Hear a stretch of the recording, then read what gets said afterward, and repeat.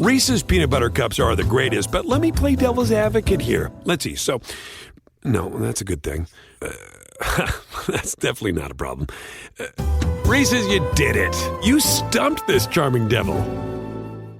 Scott for Scots here. Do you hear that? Bring the mic in close. That's not how the grass should sound. There's weeds everywhere in this lawn. It's time to take action with Scott's Turf Builder Triple Action. It gets 3 jobs done at once. Kills weeds, prevents crabgrass, and feeds your lawn so it keeps growing strong. Ah, much better. Get a bag of Scott's Triple Action today. It's guaranteed, or your money back. Feed your lawn. Feed it.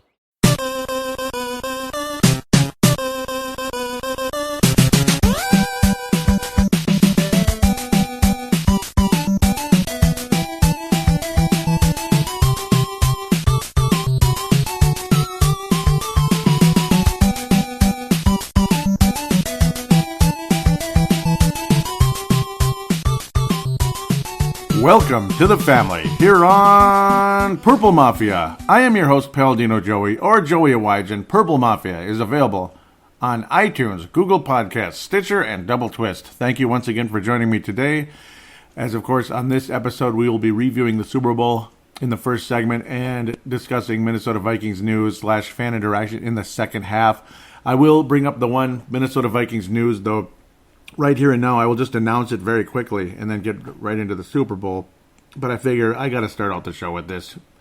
Minnesota Vikings quarterback, formerly back in the late 80s, and really, well, most of the 80s behind Tommy Kramer, and eventually he took over. Wade Wilson passed away on February the 1st at the age of 60. It has been known that he was fighting diabetes his entire life.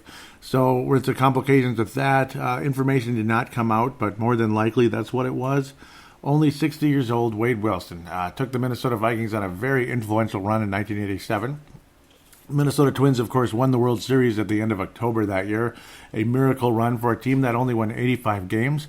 They beat the best team in the league, the Detroit Tigers, in the ALCS. Because back then, you just won your division and go to the league championship and then the World Series if you survived that 7-game series.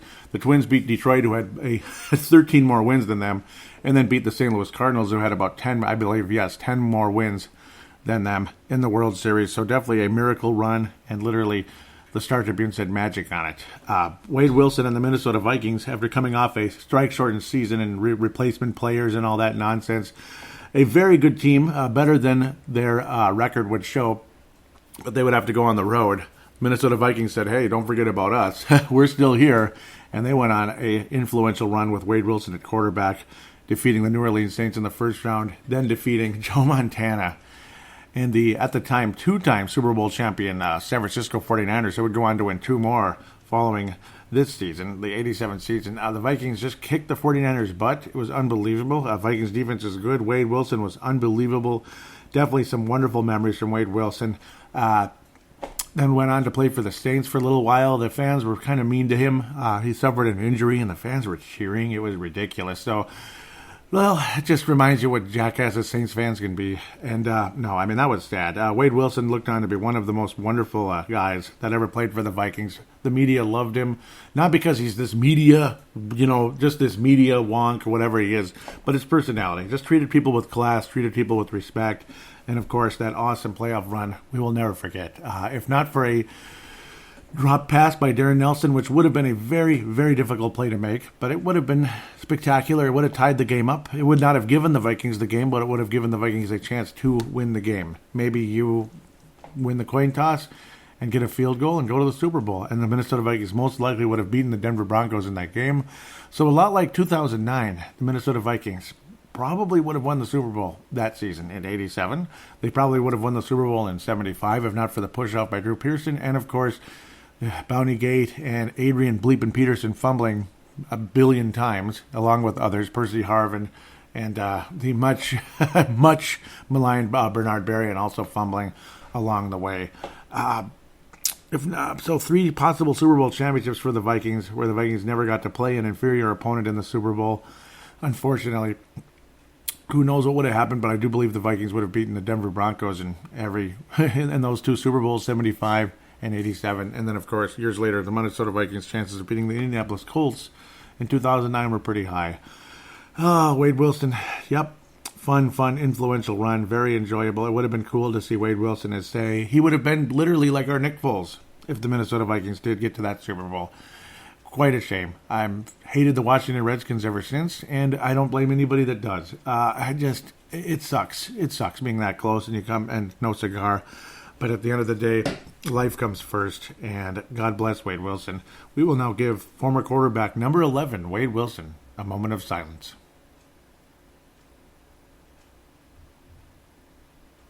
God bless Wade Wilson. With that said, we will now dive into the Super Bowl.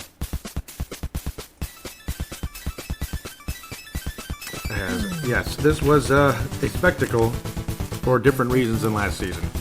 Last season, the title of the episode was Yards, Yards, and More Yards. Well,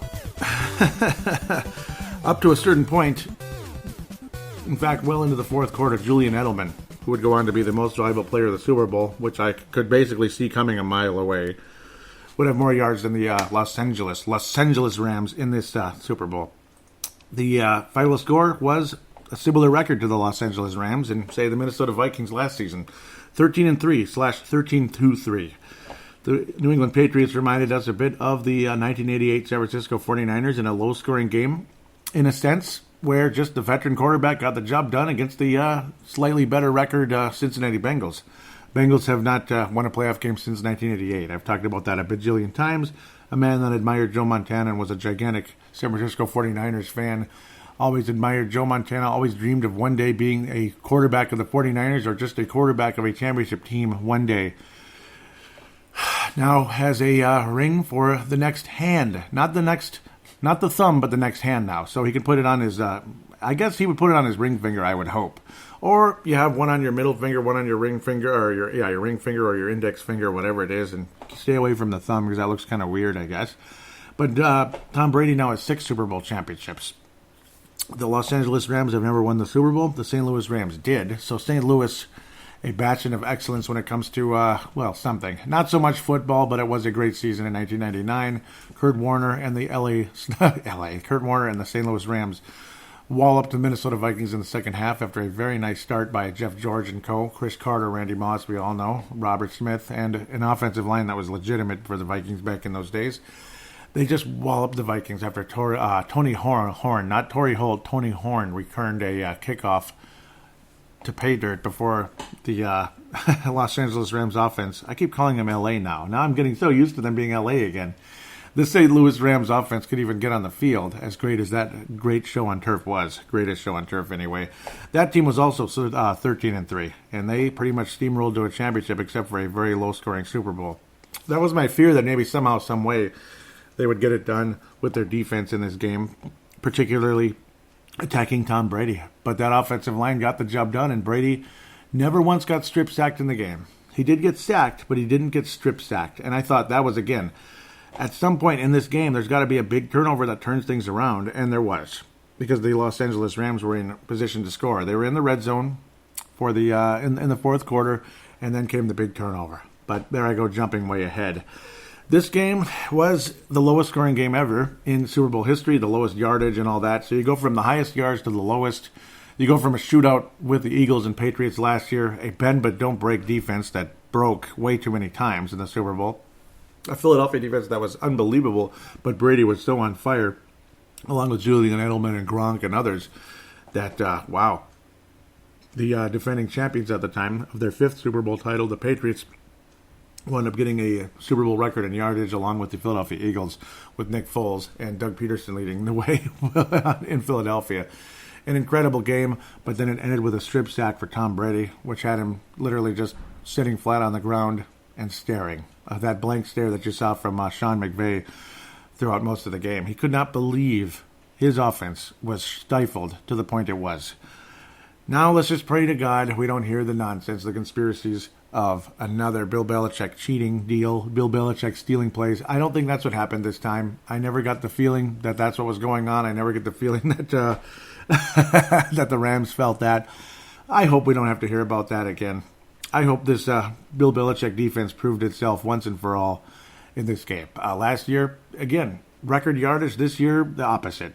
It was basically like the Minnesota weather in terms of offense. It was like record low weather like we had this past week in Minnesota. Now it's like 40 and muggy, and I'd take the cold, but not the 30 below. I'll take 20 to 18 above, something like that. I love that when it's dry cold. Yes, I like dry cold. Go ahead and make fun of me for saying that, but I'll take that over wet cold that freezes and then you slip and fall and get hurt or get in a car accident or something like that. It's not worth it. Why am I talking about that anyway? I don't know. It's just that this game wasn't the most fascinating thing you ever saw. But let's talk about a couple of angles here coming into this game. All of you that hate the New England Patriots so much, it's just eventually you have to let it go. You have to let it go. 6 Super Bowls is crazy. They're now tied with the Pittsburgh Steelers for the most championships in the Super Bowl era. That's insane.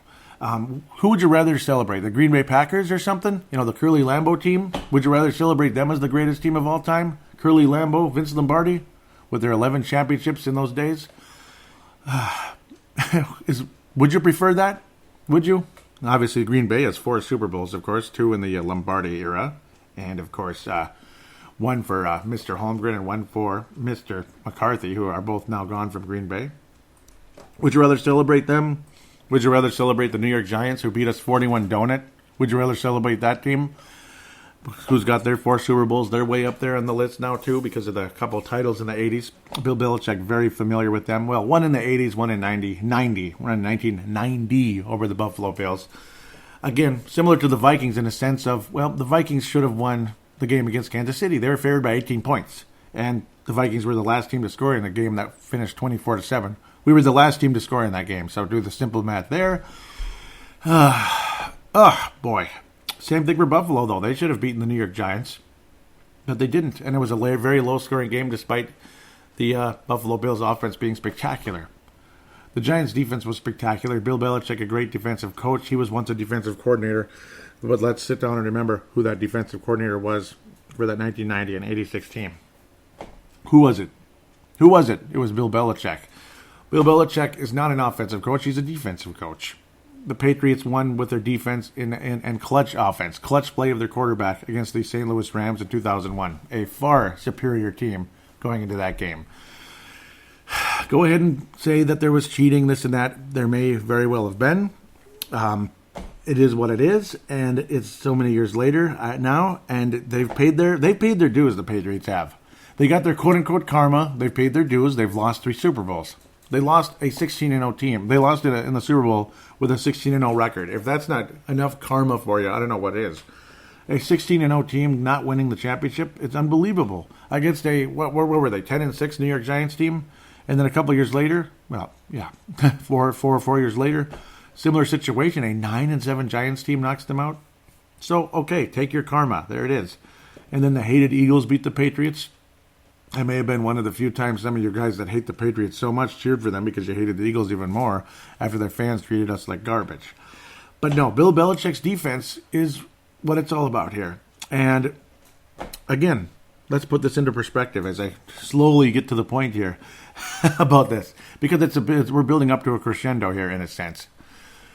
Okay, Sean McVay is looked on as the future of the NFL. The nice up and coming in his low to mid 30s offensive coach, the young millennial upstart. Let's go, let's get her done. And I have no problem with the guy. He's not arrogant like Sean Payton.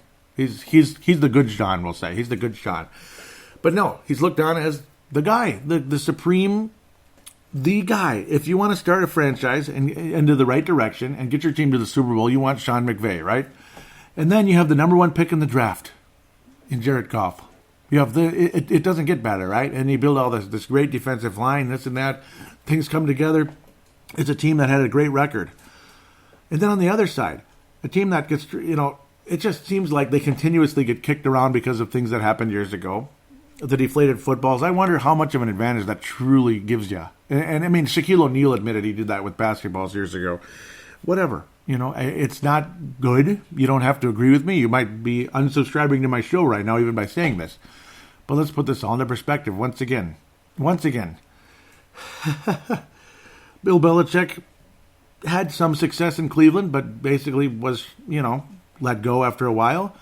New York Jets, end up trading him away for a draft pick. And then you have people like Jeff Dubé, who I love very much, of the PA and Dubé show, formerly, of course, unfortunately no longer on the air. Jeff Dubé, God bless him, basically said, you don't trade for Bill Belichick. You trade for whoever. You trade for, oh boy, the Tony Dungys of the world. You trade for this guy. You trade for that guy. You do not trade for Bill Belichick. Blah, blah, blah. What a joke. So in a lot of ways, Bill Belichick looked on as quite the underdog. Like he's lucky to have a job, so to speak, coming to New England. And then you have a 6th-round pick at quarterback. Again, do you get where I'm leading towards? Do you get where I'm leading towards here? Like, and then 6 championships later, 9 appearances later, countless AFC championship game appearances. It's just, the number is astounding. I don't even know if I want to even get into that. It's insane. Basically every year. since 2011, it has been consecutive. Hard to believe they even lost in the second round one of those years. But, in 2010 they did the Patriots. They actually missed the playoffs once, but that's because Brady injured his ACL in the first game of the season back in 2008. That was very disappointing. Again, there's your bleeping karma, okay? Is there enough karma for you yet? Is that enough yet? Just like how a lot of you might feel about how the Saints got their karma now for 2 years in a row, the Minneapolis Miracle, and then, basically the cross-check into the boards. Let's just move on from that.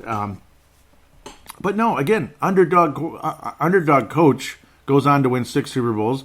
6th-round quarterback that was put on the practice squad as a rookie. Practice squad. And just, you talk about how you're sick of the Patriots, you hate them, this and that. And then you have a team over there that is everything you'd want for a team. Everything you'd want. The glitzy, the glamour, the glitz, the glamour, the first-round pick, first overall pick in Jared Goff. If you could pick one coach basically to get your franchise going, while the window's open, the Super Bowl window's open, you want that guy over everybody, right? To run your team for the next 10 to 15 bleeping years. Hopefully they can be the next Patriots. And Sean McVay. And yet, there you go. This is what it's all about right here. This is what it's all about. That's what it's all about. A 6th-round pick and a coach that, at the end of the day, most people didn't want. But the Patriots took a chance. Mr. Bob Kraft took a chance. And again, look at this. It's amazing when you sit down and think about that scenario. You don't have to agree with me. You don't have to like it. You don't have to like me. You could kick me out of your life, whatever it is. But it was a fascinating part of the story. It truly is when you sit down and think about that and analyze the truth here about the whole situation. Continued truth here, though. How could you not have picked the Patriots to win this game? As good as the Rams were earlier in the season, did you not see the change in this team basically ever since the Chicago Bears game on the road? Okay, they're on the road, but they got absolutely obliterated. And Jared Goff just was like invisible. In fact, he was downright terrible in that game. Did you not see it? Did you not see the change in this Rams team since then? The Saints beat them pretty handily as well. Again, a road game. Okay, I get it, but still, the Rams didn't look good in games against, teams that really had veteran players, good players, this and that. The Bears didn't even have veteran players. They have another Sean McVay basically over there on their sidelines, and God bless him, Mr. Nagy over there. He's a little bit slightly older version, but still, same type of thing, wacky, smart, tricky, this and that, comes up with some wild stuff. But luckily for the Patriots, they have a guy who also knows what he's doing as offensive coordinator. He's not a good head coach. We know about that with Denver, Mr. Josh McDaniels, but still. Did you not see, though, that this Rams team was not their 13-3, 15-1 self, so to speak, for an extended period? Luckily for them, they showed up to play against the Dallas Cowboys. But the Dallas Cowboys weren't that good, no. They really weren't. They got past the Seattle team. They were at home, this and that, and they had a good game against the Seattle Seahawks, a team that's not that great. Did you not also see the way, obviously the Saints were greatly outplaying the LA Rams, and then there was some chances. Jared Goff showed some strength. He showed some toughness, and he made some big plays. But then again, there's that whole play near the end of the game where the Saints more than likely would have been in the Super Bowl. I don't think the Saints would have beaten the Patriots either, because clearly they were becoming more of an inferior team after they ran into the Dallas Cowboys. So again, you put that together. After the Saints ran into the Dallas Cowboys and basically got shut out in the game, just like the Rams were basically shut out by the Chicago Bears, I didn't think either one of these teams was going to beat the Patriots if it all came together. The way the Patriots absolutely manhandled the San Diego Chargers, the way they absolutely manhandled the Kansas City Chiefs until very, very late in the game, and Edelman gave them hope for a minute there with a couple of awful plays. One of them luckily did not go against Edelman, luckily. But that bouncing ball, boy, stay the bleep away from a bouncing ball. I mean, the New York Giants, the San Francisco 49ers learned the hard way years ago in that fateful 2011 NFC title game. Stay away from the bleeping ball when it's bouncing around like that. Stop trying to be Ozzie Smith. Just stay away from the ball, okay? Please. But luckily, Julian Edelman would more than make up for it by being far and away the MVP of the Super Bowl, at least on the offensive side. Hightower deserves some recognition, I'm sure, and as many other Patriot defenders throughout the game. Too bad Mr. Chung, another injury, this time an arm, probably a broken bone in his arm, most likely, as he would get injured late in the first half. Mr. Patrick Chung in their great first half, so valuable, and it didn't help that he got hurt last year in a game that there was like a bajillion yards everywhere. But Gilmore, spectacular in the game. He deserved recognition for the MVP. Obviously, Donta Hightower deserved recognition. Kyle Van Noy was spectacular throughout the game. Hightower was just unbelievable, pressuring Mr. Goff in the game. It was quite a great effort. McCourty had a huge play, also knocking away a potential touchdown pass to Woods, which would have hurt because Woods is the former Patriot. There were former Patriots on the Eagles last year, and it goes on and on.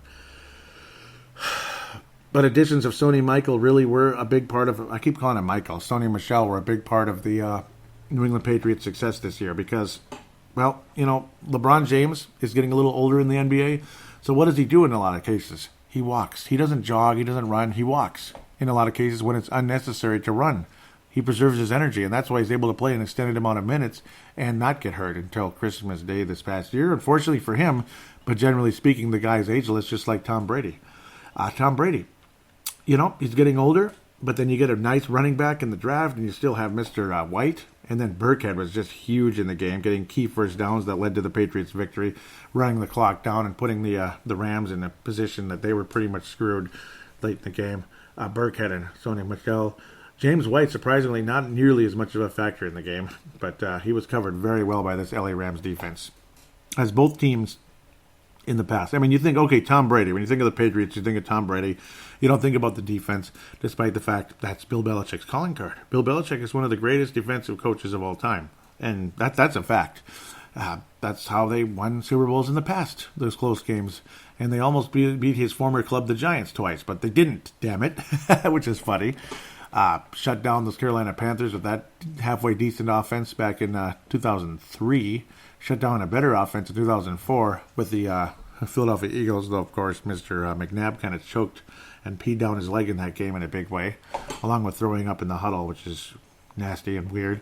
But no, Bill Belichick's identity really showed up in this game, and Tom Brady was clutch when it mattered. It literally was these two guys getting the job done, again, with great help from Gronk. Edelman, spectacular, who deserved the MVP. Sony Michel, huge first downs given along the way. But again, when you render Jared Goff basically useless, and Sean McVay, I have no idea what's going on with him and Todd Gurley. I have no idea what's going on with him and Todd Gurley. The strangest thing I've ever seen. Same situation with the Rams. Like C.J. Anderson is like the running back of the Rams, and it was the weirdest thing you ever saw. He's okay, but he's just okay. He was better with the Broncos a couple of years ago when they won the Super Bowl. He's just okay, though. Todd Gurley luckily did get 10 rushes, so he got to double digits in the game, including a 16-yard little scamper. But generally speaking, again, Todd Gurley rendered useless throughout the game in a game that was, 3-3, 3-0 for the longest time. But you knew the Rams were in trouble when they couldn't score a single point in the first half. It's just that the problem was the Patriots only had one field goal, and Gostkowski missed one, and it was shocking. The Patriots could have easily been up 20-0 in this game, a la Kansas City Chiefs, and if they were, that's pretty much it. You could just feel the final score of this game probably would have been 24-27, something like that, 23-3, something like that, 27-3, very easily, if the Patriots would have executed on a couple plays. But similar with the Rams, dropped open passes, and just spectacular defensive plays. Guys getting hands in there at the last minute, knocking the ball away on both sides of the both sides here. Say Los Angeles and New England. Back and forth, spectacular defenses here. Wade Phillips obviously living up to what he's always been. They say this was his third Super Bowl appearance in Wade Phillips' case, but wasn't he on all those Buffalo teams back in the day? Wasn't he, though? I'm pretty sure he was. I remember seeing that same face on the sidelines way back in the early 90s with the Buffalo Bills, so I don't know about that. Obviously, he was the head coach of the Cowboys during a couple of successful seasons as well, the poor guy. And he was the head coach of the poor guy, the way he was let go so quickly. Also head coach of the Buffalo Bills for an extended period as well after Marv Levy stepped down and retired and all that and moved on. But no, Wade Phillips' defense spectacular in the game. Bill Belichick's defense, along with his coordinator, spectacular. Definitely a Mike Zimmer type of effort. In fact, you could argue this was better. This was better because this same Rams team got in a huge shootout with the Minnesota Vikings earlier in the season, but just simply not the case here. Big clutch plays and all that. Clutch defensive play by Mr. 24, of course, of the Stephen Gilmore of the New England Patriots. That big clutch defensive play. He knocked away 3 passes in the game. The guy was unbelievable. He got burned like once. And, of course, yes, a very costly penalty as well. A holding penalty, which was just not necessary. It was so stupid. It would have been 4th down, and the Rams would be kicking. But no, that just wasn't the case. And also another statistic that is unbelievable is the Rams had to punt on their first 8 possessions in the game, which, again, tells you if Jared Goff is struggling that much, I think the Rams are sunk. And that's basically was my feeling for the longest time in this game, despite the fact the bleeping Patriots were having a hard time getting anywhere as well. Because that Rams defense really showed up to play. But Bill Belichick's defense just a little bit better. Then you got the deep pass to Gronk. And then you kind of knew there it was. Finally, the Patriots were going to pull away in the game. And they kind of sort of did. As Sony Michel immediately after that carried that momentum right in the end zone. Put the Patriots up. Gostkowski then later on would nail the field goal after Sony Michel and Burkhead would get their opportunities, getting those huge first downs, running the clock down more and more, and had the Rams in a situation with no timeouts, down by 10. That was pretty much all she wrote. Gostkowski made that kick by the skin of his teeth. Okay, if that makes any sense. By the skin of the ball, literally. Whew, he almost missed that one. I mean, it reeked of Gary Anderson right there, where it was just a little bit off, but it was off from the get-go. And then Mr. the super kicker, it was hard to believe. Greg the Leg, I mean, he missed one by a mile at the end of the game, which would have put the Rams within 7, and then you hope for a squid kick and all that and get a recovery and a miracle play. But I don't know. There just wasn't enough time for that to even happen at the end of the day. Greg Zuerlein, I don't know if he was just kind of at a point like whatever, But unfortunately, that missed kick pretty much put the end of the game. And it did. As the clock ran out, all Brady had to do was kneel. But again, generally speaking, a frustrating game if you like offense, a frustrating game if you wanted either side to win, because you just, okay, there it is, get this first down, knocked away again. There's a big play, knocked away again, knocked away again, knocked away again, knocked away, have to punt, knocked away, have to punt, knocked away, have to punt, knocked away, the pass was knocked away, the pass was knocked away. The whole bleeping game, there was no room for anybody. Hogan, again, it was hard to believe that Tom Brady had an interception on the first passing play of the game after a great start with Sony Michel running that ball and doing a spectacular job early on. It's like you knew the Patriots' chances in this game were really high, and then you saw that happen after the Rams, of course, deferred the toss. You saw frickin' Hogan, who was awful in this game, I thought. He just could not get any separation, and he couldn't get his hands on the ball the whole bleeping game. And it was similar in the Kansas City Chiefs game. Targeted 6 bleeping times. Hogan couldn't do anything. Again, credit the Rams' defense, but still, it was a horrible game for Chris Hogan. But yep, batted away, knocked off his helmet basically, which I think, again, that's on Hogan partially. It wasn't a good pass by Brady, who I thought was very off in a lot of the game here, unfortunately. Hogan, again, it was batted up in the air and intercepted on the first passing play of the game, and you thought, oh boy. But then again, the Patriots defense did what it did throughout the entire game, just like they did to Mr. I mean, again, if you can stop Patrick Mahomes, I think you can stop Jared Goff. As good as Jared Goff is, Patrick Mahomes is probably better, and a hell of a job done. If you can do it in Arrowhead, you should be able to do it in a, in a, neutral, neutral location here. That's basically all it was. I mean, Atlanta, Georgia, whatever. There's going to be, they're pretty far away from LA and Boston. So it was actually a little bit closer to Boston, slightly, but not much. Still a long drive or a long flight for anybody in that case. Hard to believe. Tough game to watch for some people. Brady underthrew so many passes in this game. It's like you think, oh boy, he is getting old. He really should retire after this game. A lot of his underthrows, though, there's a reason. Would you rather underthrow it or overthrow it? Because what happens when he overthrows it? The Rams were going to get an interception on every single one of those plays, or at least have a legitimate shot at one. And in some cases, it would be a easy pick six in a lot of cases, where yes, it's an incomplete pass. Yes, they have to punt. But what would you rather do? Would you rather punt the ball or see the Rams celebrating in the end zone after a pick six play that just kills you? Absolutely kills you.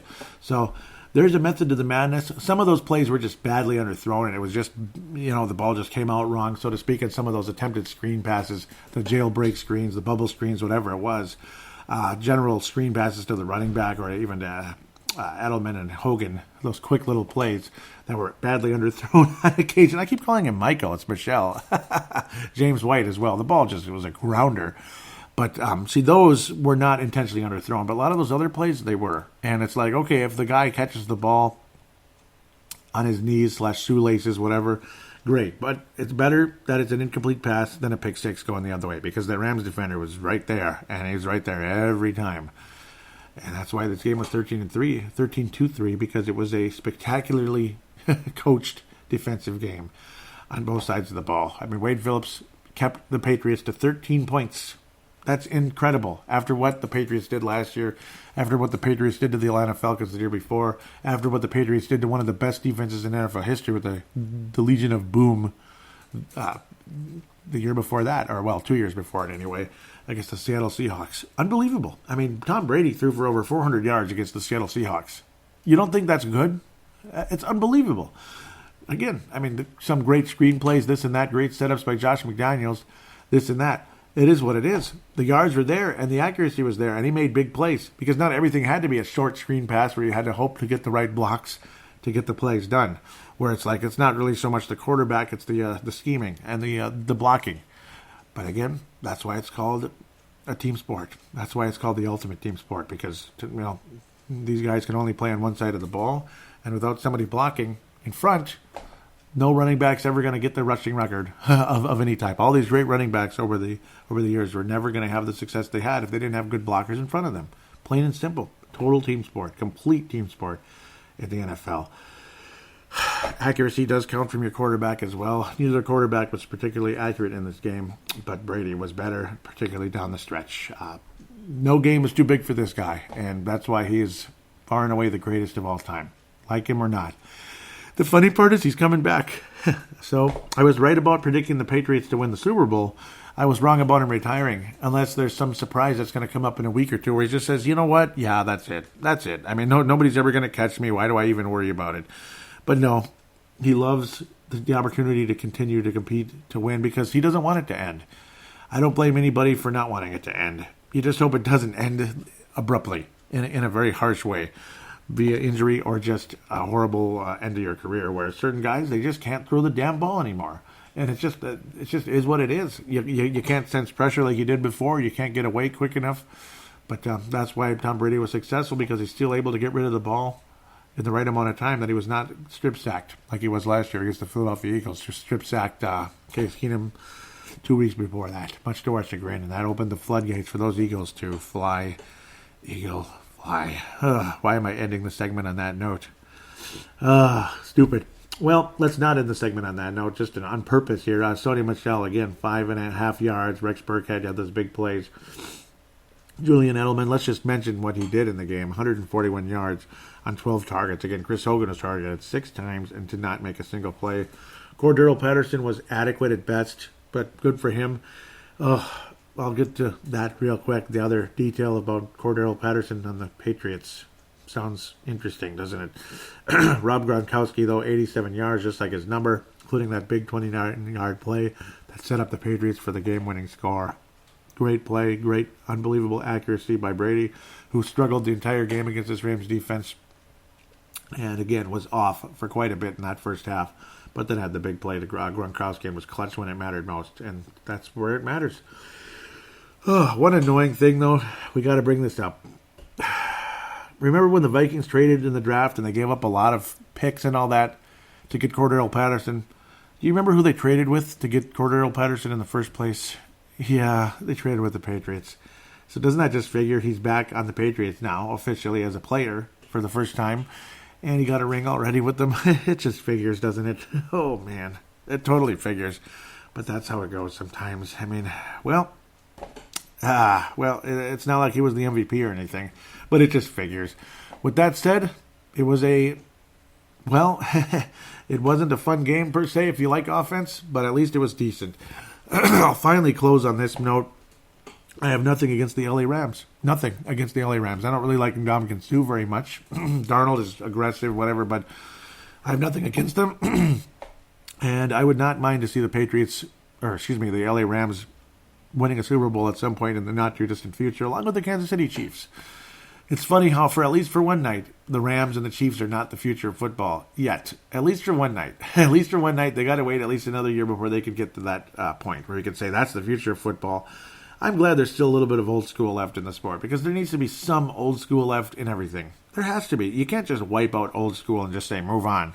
Sometimes there's got to be a little bit of old school left, as long as it's not consuming everything and you're just stuck in it forever. You don't want to be like that, but at the same time, you can't kill it completely either, because I think that's not good. It's not healthy for anything in any walk of life. I'd be very happy to see the Kansas City Chiefs in the Super Bowl at some point in the not-too-distant future, and I do believe they will get their chance. Again, nothing against Sean McVay at all. I felt a little bit bad for him. I felt bad for Goff, and I hope they do get another chance. For their sake, I hope they get another chance. With that said, let's get to fan interaction and wrap this 2018 season up for good.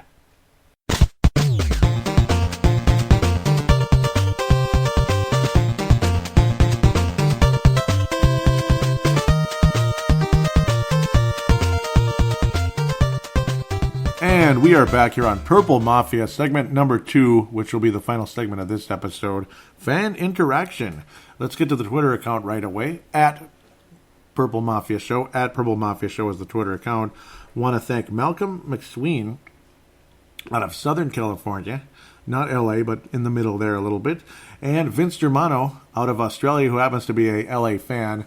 LA Lakers particularly. I'm guessing he was on the Rams side. In fact, I'm pretty sure when I was congratulating the Patriots on my regular Facebook page, not the Purple Mafia one, but on the regular Facebook page, Vince Germano simply said no. Nope. So that's okay, though. Thank you guys for retweeting the most recent episode. Greatly, greatly appreciated. Thank you very much for that. Tony Romo, by the way, was awesome, wasn't he? Wasn't he good? Wasn't Tony Romo a good color commentator? He was good in the AFC title game. He was good in the Super Bowl. That guy... he's the best, isn't he? That is about as good as it gets. No interactions on Twitter, unfortunately, but I do encourage you to follow it, at Purple Mafia Show. Thank you so much for those of you that may have already. Those of you that have, anyway. So, before I get to the Facebook page, I'm going to give a shout-out to MN Vikings Haven. Trevor Wickerin, the founder of that page. Thank him very much indeed for allowing me to post links to Purple Mafia on that page, and I'm more than happy to give him a shout out and encourage my listeners to join, as many of you have, believe it or not. Yes, you have indeed, and that's always a good thing. Thank you for that. In-game threads, Vikings conversation, Vikings news, great page, and again, encourage you for that. Please do join the Purple Mafia Facebook page. That would be greatly appreciated. Facebook.com/Purple Mafia Show, or just look up Purple Mafia Show in the search bar. Very simple. Find it, join it, and please interact. It's greatly appreciated. So, a comment on the last episode. For some reason, I had it scrolled all the way up already. A couple of them. Episode 287, the conference review and Super Bowl 53 preview. A few of you liked that. Thank you again. Mark Carlson out of Iowa, Purple Mafia, Hall of Famer, says, I loved the call-ins. Very classy. And I did too. Gerald String and, of course, Mad Martin. Thank you guys so much. You guys are awesome. And I'm loving these little flurries popping around out there right now. I'm sorry. I will take flurries over frickin' mist that ends up being freezing mist any day of the week. I'll take flurries over it. Flurries are harmless. I do not want the bleeping freezing rain, freezing mist. It does us no good. Zero. In fact, it gives me a bleeping headache. That's why my first segment I may have seemed a little bit disoriented. There was so much to get to, but it's nasty and I feel tired because of this stupid mist. But now the mist is gone over the last few minutes, graciously. Just watching things change right before my eyes, right? Mark Carlson continues, says, what wild game Sunday? This podcast will be just as wild, I'm sure. Thanks, Joey. And thank you very much, Mark Carlson. Thank you again very much for that. And those games were crazy. As for the Super Bowl, it was wild in its own way, I guess. Nobody could get a first down in the bleeping game for the longest time, especially the Rams. So then I posted this. I'm just making it all about me because I'm selfish and I only care about myself, right? No, not really. But once in a while, you got to acknowledge the fact that it's been 11 bleeping years since I started. And this was on the 28th of January. The very first podcast I did, I previewed the upcoming Super Bowl with the Patriots and the New York Giants. This was not the second one. This was the first one. That's how long it's been. 11 years. 2008.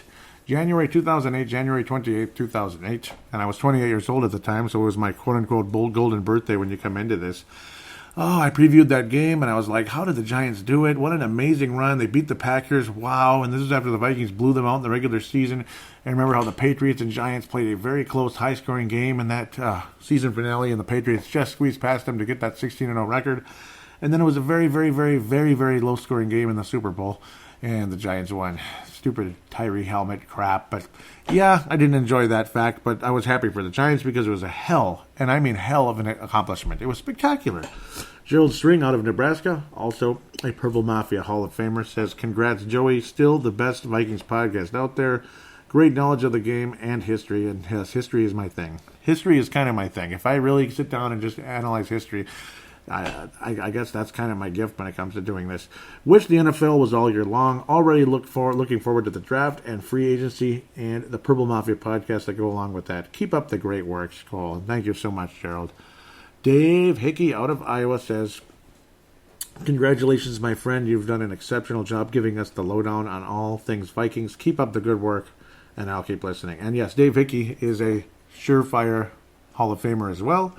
He's not officially in, but the plaque is already ready. It's just kind of needs to be announced. That's all. The plaque's sitting right over there. You know what I mean? Leland, also out of Iowa, says congrats. Thank you so much. Brent Jacobson says, Purple Mafia Hall of Famer says, keep up the good work with Purple Mafia, buddy. Brent Jacobson out of the Lakeville area. Mark Carlson, one more time here, showing the Field of Dreams store. Oh, I love that place. Oh, it's no longer at Ridgedale because nothing's at Ridgedale.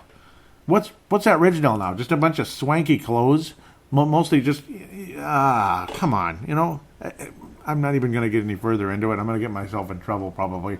But I'm not a fan right now. And it's nice to look at the place, go for a walk. That's about it. There's not a whole lot left. You know what I'm saying? There's Goldie's locker room. That's my favorite place. That's it. You know, no more KB Toys. That's been decades since that's been gone. And all the other interesting places. And yes, as an adult, I would still go to KB Toys and buy things. I would. And I don't mean just little kid toys. I mean hobby toys. Hobby toys that 40-year-olds can buy. Because I'm turning 40 in 6 months. Mark Carlson says, we got to celebrate. Without this podcast, I would not have met so many other great fans and had the opportunity to hear so many different opinions about our team and this game. Because of this podcast, I have expanded my knowledge in so many ways. Gold star to you, Palladino Joey, for all the effort in every podcast. Skull. And a gold star right back at you, and that beautiful Hall of Fame black as well.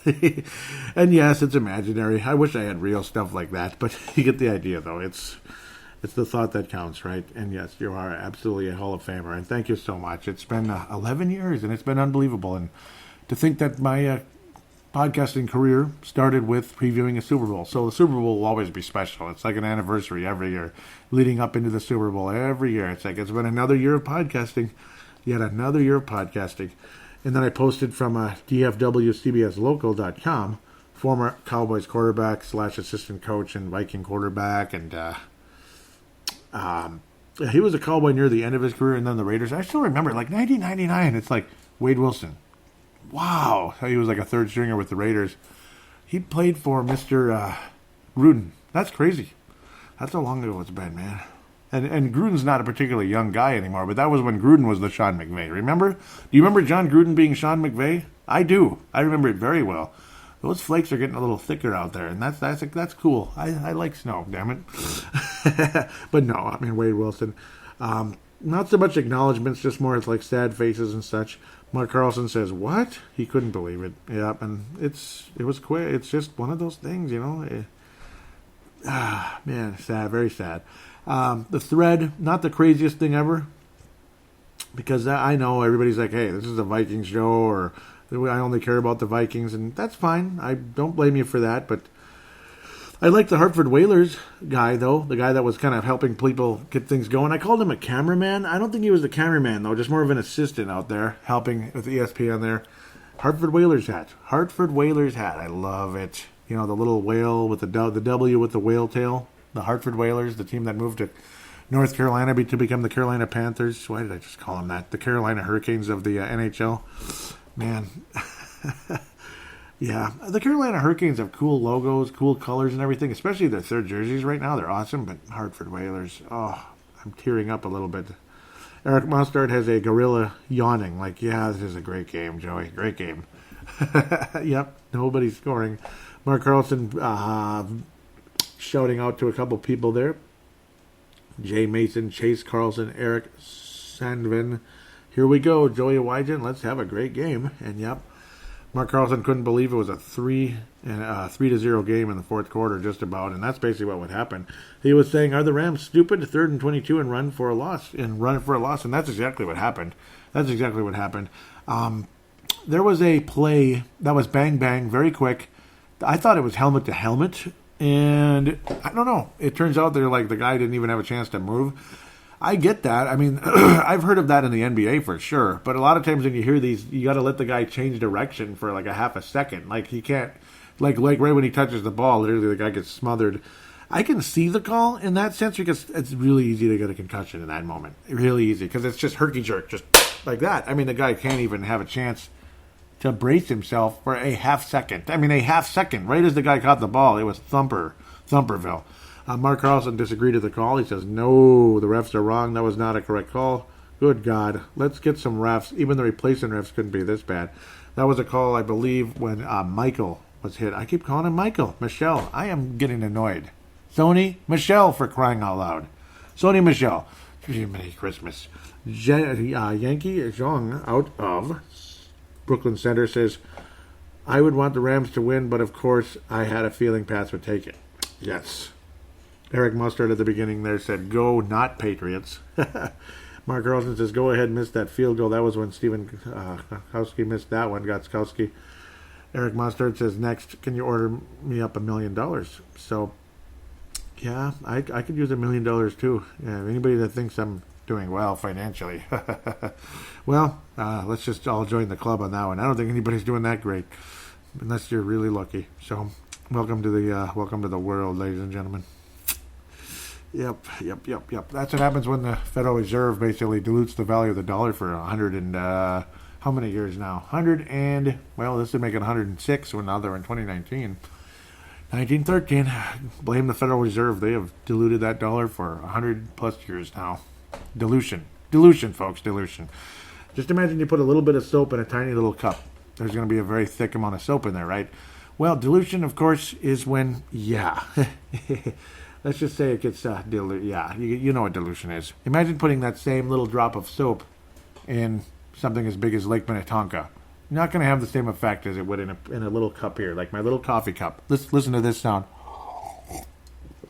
Yep, the soap I would be tasting in this cup would have been insane. I would have been spitting it all over the place. In Lake Minnetonka, you wouldn't even notice it. So, yeah. With that said, yeah, it's is what it is. That's what the Federal Reserve has done forever, and that's why we're suffering. There I go with my little end of the show strange commentary. I hope all of you had a great season, though. 2018 is now over. You know what that means? That means the next episode of Purple Mafia in the next couple weeks here. It could be sooner than you think. It could be a little while. I need to do some more retrospective type shows, though, talking about history. Maybe get into Wade Wilson, get into Dennis Green, get into Jerry Burns, man. I hardly ever talk about Jerry Burns. I almost never do. One of the most entertaining people of all time. Hopefully he doesn't pass away, and then I have to talk about him for that reason. I'd rather talk about him while he's still living, too. That would be much better. And Bud Grant as well. Would be very cool. Very cool. Unfortunately, I wasn't really around as much for the Bud Grant era, but I was around for the Jerry Burns era. Dennis Green, Mike Tyson, blah, blah, blah, blah, blah. I could tell you almost every game since then. Pretty much since 92 on, I could pretty much discuss every season like it's, yesterday, because that's the kind of memory I have. It's a little crazy, especially when I'm interested in the topic. My memory is like psychotically good. But no, I got to get to that. State of the Vikings will be the next episode, so get your thoughts together. I'm going to post a thread here in the next couple of minutes, probably right as the show ends. Maybe right after the episode would be wise, because after I post about the new episode, then I'll post it up there. Maybe later today, early tomorrow, if I can get it up there as soon as possible. It'd be better to get more and more commentary on it. Your 2018 Minnesota Vikings most valuable player, your biggest disappointment, and your biggest surprise. You can name more than just a player. I prefer it's a player or coach per se. Yes, you can have a coach. I generally prefer player, this and that. And of course, I'll announce mine, and then I'll get to all of yours coming in.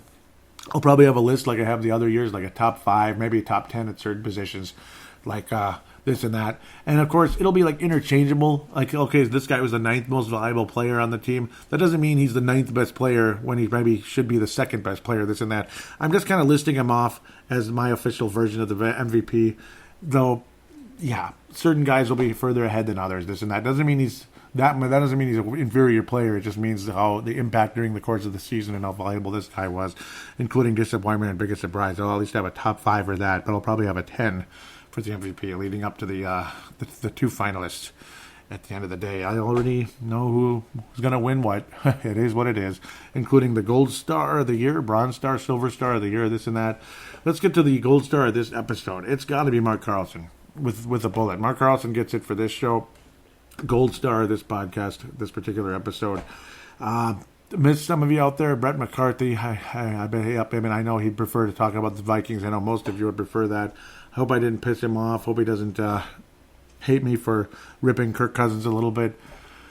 Well, with Gary Kubiak taking over the offense, not officially taking over, but helping Kevin Stefanski out, getting rid of the ball, setting up these good screenplays, it's going to make a difference. It is. And that's what's been talking about in this town. And yes, it makes perfect sense. It sets up Kirk Cousins in a more positive way. John DeFilippo left him out to dry. And I won't be surprised if a lot of you mention John DeFilippo in your biggest disappointment one way or another. Or the quarterback, one way or another. It's going to be a list of people like that on the offensive side of the ball, I'm sure. Not so much on the defensive side this season, though maybe a couple. It's going to be a different offense next year. I expect a very successful season for the Minnesota Vikings next year, and that's one thing to think about very positively going into State of the Vikings 2019. We will put a bow on 2018, pass out the awards, and look forward to 2019 into free agency and the draft, which I cannot wait for. I cannot wait to add some guards finally. Did I mention we need some guards? Right, Gerald String out of Nebraska. Yep, he is going to get the Silver Star for this episode, by the way. The Bronze Star is going to go to Dave Hickey, without a doubt. Awesome back and forth there. Love you guys. Not necessarily back and forth with me, but awesome back and forth with anybody on here during the course of the season. I can't thank you guys enough. But those are the awards for this particular episode. The awards for the season, I'm not 100% sure who it's going to be yet, but we'll get to that. The Vikings awards, though, Minnesota Viking players, coaches, whatever, that's all pretty much in stone at this point. Pretty much. With that said, though, I encourage you to join that thread, list your award winners, and give a brief explanation as to why, even though it might be obvious. But let's hear your reason. Let's hear your opinion. I want to hear the energy of what you have to say. With that said, I wish all of you a great couple weeks here. Stay warm. It's going to get cold again up here in the upper Midwest.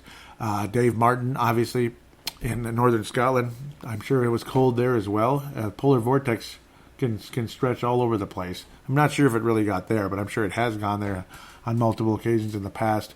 Dave Martin in the northern Scotland area. James Beck in the UK. God bless you guys. Vince Germano, I do believe, listens to this show also from Australia. Oh, yep. Tene Brown out of New Zealand. Oh, so many of you guys. So many of you. Oh, Leland out of Iowa. Mark Carlson. Dave Hickey. Iowa is a beautiful place, isn't it? And I want to go there again. And I want to see you guys. I want to meet you guys.